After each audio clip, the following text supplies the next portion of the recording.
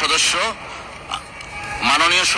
আলোচনায় এখন অংশগ্রহণ করবেন রাঙামাটি 299 জনাব দীপেন দেওয়ান। আপনার সময় 8 মিনিট। ধন্যবাদ আপনাকে। মাননীয় স্পিকার, আপনাকে অনেক ধন্যবাদ। 2026 সালের অর্থ বছরের এই ঐতিহাসিক এবং জনবান্ধব প্রস্তাবিত বাজেটের পর সাধারণ আলোচনায় অংশগ্রহণ সুযোগ দেওয়ার জন্য আপনার প্রতি কৃতজ্ঞতা জানাচ্ছি।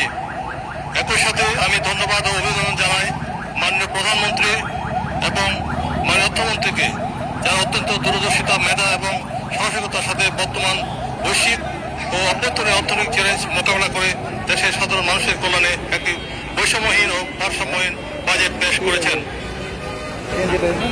মাননীয় স্পিকার, আমি শ্রদ্ধার সাথে স্মরণ করছি এই ঐতিহাসিক দিবসে স্বাধীনতার ঘোষক শহীদ প্রেসিডেন্ট জিয়াউর রহমানকে এবং আমাদের মাদার অফ ডেমোক্রেসি 3 বারের প্রধানমন্ত্রী বেগম খালেদা জিয়াকে।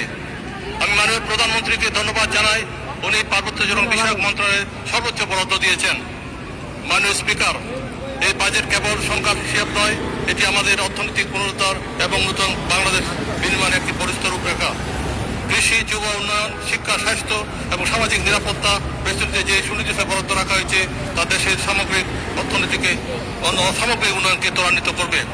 যুব সমাজকে প্রশিক্ষিত করে তোলা এবং কৃষকদের জন্য বিশেষ সুবিধার যে প্রতিফলন বাজেটে তা অত্যন্ত প্রশংসনীয়।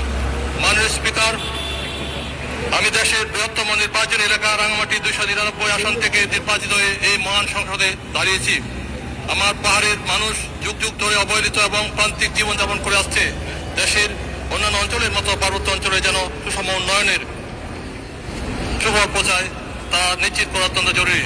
আমি অত্যন্ত আনন্দের সাথে লক্ষ্য করছি যে এই প্রস্তাবিত বাজেটে পিছিয়ে পড়া জনগোষ্ঠী এবং দুর্গম অঞ্চলের টেকসই উন্নয়নের জন্য গুরুত্ব প্রদান করা হয়েছে। মাননীয় স্পিকার, ঘোষিত বাজেটে আমি মাননীয় প্রধানমন্ত্রী, অর্থমন্ত্রী, অর্থ উপদেষ্টা এবং বাজেট প্রয়োগে সংশ্লিষ্ট সকলকে ধন্যবাদ জানাচ্ছি। সবার আগে বাংলাদেশ এই দর্শনে প্রণীত বিএনপির 31 দফা ও নির্বাচনী ইশতেহার বাস্তবায়নে প্রতিফলন করেছে।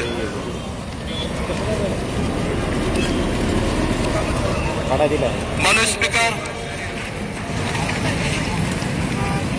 এবারে অর্থায়নে পার্বত্য চট্টগ্রামের উপজাতীয়দের আয়কর সুবিধার বিষয়ে আনিত বিষয়ের প্রস্তাবের বিষয়ে আপনার দৃষ্টি আকর্ষণ করছি।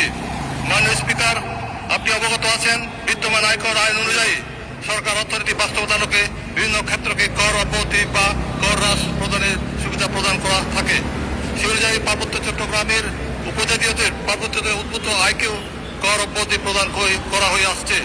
এবারে অর্থ আইনে আয়কর আইন 2023 এবং ষষ্ঠ তফসিলের অংশ এবং অনুচ্ছেদের 19 সংশোধন করে পার্বত্যাঞ্চলে বসবাসকারী উপজাতীয়দের পার্বত্যাঞ্চলে অর্জিত বেতন, হাতের আয় এবং আর্থিক সম্পদ পরিসম্পদের অর্জিত আয়কে করযোগ্য করা হয়েছে।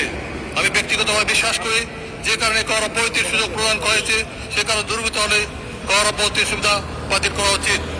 আমি পার্বত্য চট্টগ্রামের সন্তান হিসেবে পার্বত্যের বাস্তব অবস্থা অবহিত। আমি সরকারি মনে করি কর অব্যাহতির সুবিধা এখনো বাতিল করা সম্ভব, বাতিল করার মতো বাস্তবতা সৃষ্টি নেই। মাননীয় স্পিকার, আপনাকে পরিসংখ্যান বিষয়ে কিছু তথ্য উল্লেখ করতে চাই। মাননীয় স্পিকার, আপনার সদর গাদাতে জানিয়েছে পার্বত্য চট্টগ্রামে বসবাসকারী উপজাতির মধ্যে সিংহভাগের আয়ের উৎস হচ্ছে জুম চাষ এবং কৃষি। সমতলের ন্যায় ধানি জমি, অবলিক কৃষি জমি পার্বত্য নেই বললে চলে। উল্লেখযোগ্য যে পার্বত্য ধানি জমির প্রায় 70% কাপ্তায় বাঁধের কারণে পানিতে তলিয়ে গেছে, যার সিংহভাগ ছিলেন উপজাতীয় সম্প্রদায়। উপজাতীয়দের অন্যান্য পেশার মধ্যে নগণ্য পরিমাণ দোকানদার এবং হাজার পাঁচেক তৃতীয় চতুর্থ শ্রেণীর কর্মচারী বেসরকারি চাকরিতে রয়েছেন। 2001 সালে আদমশুমারি অনুযায়ী এখনো পার্বত্য অঞ্চলের উপজাতীয়দের প্রায় 35% মানুষের খাবার পানির হচ্ছে কুয়া, লেক, পুকুর ছড়া পানি, বৃষ্টির পানি। 45% মানুষ বিদ্যুৎ সুবিধা হতে বঞ্চিত। এখনো 50% মানুষ স্বাস্থ্য সংক্রান্ত ল্যাট্রিন ব্যবহার হতে বঞ্চিত। এখন অনেক উপজেলায় পাকা সড়ক নাই, রেল লাইন নাই, কোনো গ্যাস লাইন নাই, অর্থাৎ বিদ্যুৎ, গ্যাস, সুপেয় পানি, ল্যাট্রিন সুবিধা, সামরিক সুবিধা হতে বঞ্চিত হতে প্রায় 40% মধ্যে এখন পিছিয়ে রয়েছে।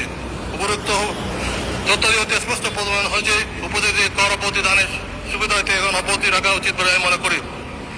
মাননীয় স্পিকার, আপনার সদয় কথাতে জানাচ্ছি যে ফেব্রুয়ারি 2026 সনের নির্বাচনে উপজাতীয় ভোটাররা ব্যাপকভাবে বিএনপিকে সমর্থন করে জয়যুক্ত করেছেন। সারা দেশের মধ্যে পার্বত্য অঞ্চলের অধিক সংখ্যক মানুষ বিএনপি প্রার্থীকে জয় করছেন। এই মুহূর্তে পার্বত্য অঞ্চলের উত্তর সংসদে আনা হলে পার্বত্য অঞ্চলে দলের বিরূপ প্রভাব পড়বে, যা পরবর্তী স্থানীয় সরকার নির্বাচন ও জাতীয় নির্বাচনে নেতিবাচক প্রভাব ফেলবে। সুতরাং উপজাতির বাস্তব জীবন অবস্থা বিচার করে দলের সাথে সংসদে বাতিল করার জন্য আমি বিনীতভাবে অনুরোধ করছি। মাননীয় স্পিকার, আপনাকে অনেক ধন্যবাদ।